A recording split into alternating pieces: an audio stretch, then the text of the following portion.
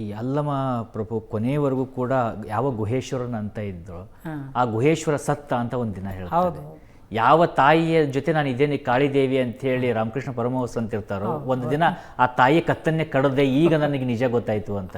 ಅಂಥ ಅನುಭವ ಅವರಿಂದ ನಿಮಗೇನಾದರೂ ಆಗಿದ್ದಿದ್ಯಾ ಅಥವಾ ನೀವು ಅವ್ರ ಜೊತೆ ಚರ್ಚೆ ಮಾಡಿದ್ದಿದ್ಯಾ? ನನ್ನ ಅಪ್ಪನ ಜೊತೆಗೆ ಈಗ ವಾಸ್ತವಿಕ ನನಗೆ 94 ನಾನು ಬಿಟ್ಟು ಹೋಗುವಾಗ ನಿಮಗೆ ನಾನು ಹೇಳಿದೆ ನನಗೆ ಮತ್ತು ಅವರಿಗೆ ಎಷ್ಟು ಆತ್ಮೀಯ ಸಂಬಂಧ ಅಂತ. ನಾನು ಅವರನ್ನು ಒಂದು ದಿನ ಬಿಟ್ಟು ಹೋಗುವಾಗ 94ರ ಅಕ್ಟೋಬರ್ 7ನೇ ತಾರೀಕು ಅದು. ನಾನು ಬಿಡ್ತೇನೆ ಅಂತ ಅವ್ರಿಗೆ ಹೇಳಿಬಿಟ್ಟದ್ದಲ್ಲ. ನಾನು ಹೋದದ್ದು ಅಲ್ಲಿ ಇದ್ದ ಉದ್ಯೋಗದ ಆಫೀಸಿಗೆ ಹೋದದ್ದು, ರಾಜೀನಾಮೆ ಪತ್ರ ಬರೆದದ್ದು, ನೇರ ಮನೆಗೆ ಬಂದದ್ದು. ನನ್ನ ಗುರುಗಳಾಗ ಅಲ್ಲೇ ಇದ್ದರು ನಮ್ಮ ಮನೆಯಲ್ಲಿ. ಫಸ್ಟ್ ಹೋಗಿ ಅವರಿಗೆ ಹೇಳಿದೆ, ಪಪ್ಪ ನಾನಿವತ್ತು ಉದ್ಯೋಗ ಬಿಟ್ಟೆ. ಅವ್ರು ತುಂಬ ಸಂತೋಷದಿಂದ ಬೆನ್ಮೇಲೆ ಕೈ ಆಡಿಸಿ, ನೀನು ನನ್ನ ಮಗಳಲ್ಲವೇ ಅಂದರು. ಅದಕ್ಕೆ ಮೊದಲು 2-3 ಬಾರಿ ನಾನು ಬಿಡ್ತೇನೆ ಅಂದಾಗ ಬಿಡಬಾರ್ದು, ಕರ್ತವ್ಯ ಮಾಡಬೇಕು ಅಂತಿದ್ರು. ಅಂದರೆ ಬಿಡ್ತೇನೆ ಅಂತ ಕೇಳುವುದು ಅಂದರೆ ಇದು ಸಿದ್ಧವಾಗಿಲ್ಲ ಅಂತ ಅರ್ಥ. ಕೇಳದೆ ಅದು ಮಾಡಿ ಬಂದ ದಿವಸ ಬೆನ್ನುನೇ ಒರೆಸಿದ್ರು. ಆಮೇಲೆ ಅವ್ರು ನನಗೆ ಹೇಳಿದರು, ನಿನ್ನ ಅಪ್ಪನಿಗೆ ಹೇಳಿದ್ದೀಯಾ ಅಂತ. ಹೇಳಿ ಈಗ ಹೇಳಿ ಬರ್ತೀನಪ್ಪ ಅಂತ ನಾನು ಕೆಳಗೆ ಕೋಣೆಗೆ ಹೋದೆ, ಅಪ್ಪನ ಕೋಣೆಗೆ. ಆಗ ಅಪ್ಪನಿಗೆ ಹೇಳಿದೆ, ನಾನು ಹೀಗೆ ಉದ್ಯೋಗ ಬಿಟ್ಟಿದ್ದೀನಪ್ಪ ಅಂತ. ನಮ್ಮ ಅಪ್ಪ ತಕ್ಷಣ ಹೇಳಿದ್ದು, ಉದ್ಯೋಗ ಬಿಡ್ತೀವಿ ಇನ್ನೇನು ಮಾಡ್ತೀನಿ ಅಂತ ಅಲ್ಲ, ಅದು ನನಗೆ ದೊಡ್ಡ ವಿಷಯ ಅಲ್ಲ, ಇನ್ನು ಮುಂದೆ ಏನು ಮಾಡ್ತಿ?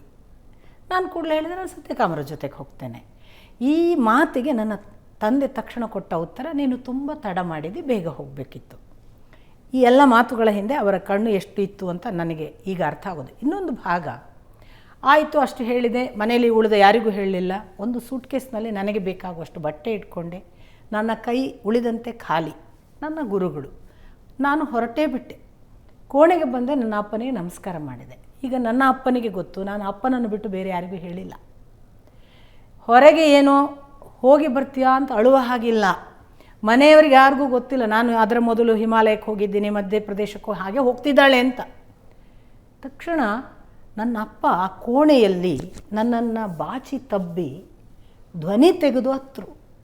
ಅಂದರೆ ನಾನು ನೋಡಿದ ಹಾಗೆ ನನ್ನ ಅಕ್ಕನನ್ನು ಮದುವೆ ಮಾಡಿಸ್ಕೊಟ್ಟಿದ್ದಾರೆ ಅಪ್ಪ, ಇಬ್ಬರು ಅಕ್ಕಂದರನ್ನು. ಅವರ ಕಣ್ಣಲ್ಲಿ ಒಂದು ನೀರು ಬಂದು ಅವರು ದುಃಖಿತರಾದದ್ದು ನಾನು ನೋಡಿಲ್ಲ, ಗೊತ್ತಿಲ್ಲ ಅವರಿಗೆ. ಏಕಾಂತಲ್ಲಿ ಅವರು ಹತ್ತಿದ್ರೆ ನನಗೆ ಗೊತ್ತಿಲ್ಲ. ನನಗೆ ಅಳು ಬರ್ತಿಲ್ಲ. ಆಗ ನಾನೇನು ಅಳ್ತಿಲ್ಲ. ನನ್ನ ಅಪ್ಪ ಬಿಕ್ಕಿ ಬಿಕ್ಕಿ ದುಃಖಿಸಿ ಅಳುವಾಗ ಧ್ವನಿ ಕೂಡ ಹೊರಗೆ ತೆಗೆದು ಹತ್ತದನ್ನು ನಾನು ನೋಡಿದ್ದು ಪ್ರಥಮ ಬಾರಿ. ಅಷ್ಟು ಮಾಡಿದರು. ಮೈನೇ ಒರೆಸಿದ್ರು, ಹೋಗಿ ಬಾ ಅಂದರು, ಕಳಿಸಿದರು. ನನಗೆ 25, ಅವರು 55. ಅಷ್ಟಕ್ಕೆ ನನ್ನನ್ನು ಕಳಿಸಿ ಹೊರಗೆ ಬರುವಾಗ ಅವ್ರು ಮತ್ತೆ ನಗ್ತಿರಬೇಕು, ಯಾರಿಗೂ ಗೊತ್ತಾಗಲಿಕ್ಕಿಲ್ಲ. ಅದನ್ನು ಮಾಡುವಾಗ ಬಹುಶಃ ನೀವು ಹೇಳಿದ ಆ ಡೆತ್ ನನ್ನಲ್ಲಿ ಸಂಭವಿಸಿ ಆಗಿತ್ತೋ ಏನೋ. ಯಾಕೆಂದರೆ ನನಗೆ ಒಂದೇ ಒಂದು ದಿನ ಅಪ್ಪ ಅಮ್ಮ ನೆನಪಾಗಿಲ್ಲ ನಾನು ಹೊರಟ ಮೇಲೆ. ಒಂದೇ ಒಂದು ದಿನ ನಾನು ನನ್ನ ಗುರುಗಳಿಗೆ ಹೇಳಲಿಲ್ಲ, ನಮ್ಮ ಅಪ್ಪ ಅಮ್ಮನ ಹತ್ರ ಕರ್ಕೊಂಡು ಹೋಗು ಅಂತ.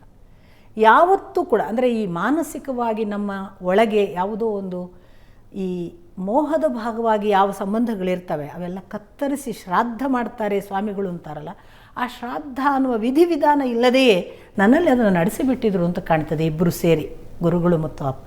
ಹಾಗಾಗಿ ಆ ಸಾವು ಆಗಲೇ ಸಂಭವಿಸಿರಬೇಕು. ನಾನು ಅನೇಕ ಸಂದರ್ಭಗಳಲ್ಲಿ ವೇದಿಕೆಯಲ್ಲಿ ಭಾಷಣ ಮಾಡುವಾಗ ಹೇಳ್ತಿದ್ದೆ, ನಾನು ಬನ್ನಂಜೆ ಗೋವಿಂದಾಚಾರ್ಯರ ದಿವಂಗತ ಮಗಳು ಅಂತ. ಆಗಲೇ ಆ ಕಾರಣ ಹಾಗೆ ಮೋಹವನ್ನು ದಾಟುವಂಥ ಭಾಗವಾಗಿ ಖಂಡಿತ ಇಬ್ಬರು ಕೆಲಸ ಮಾಡಿದ್ದಾರೆ.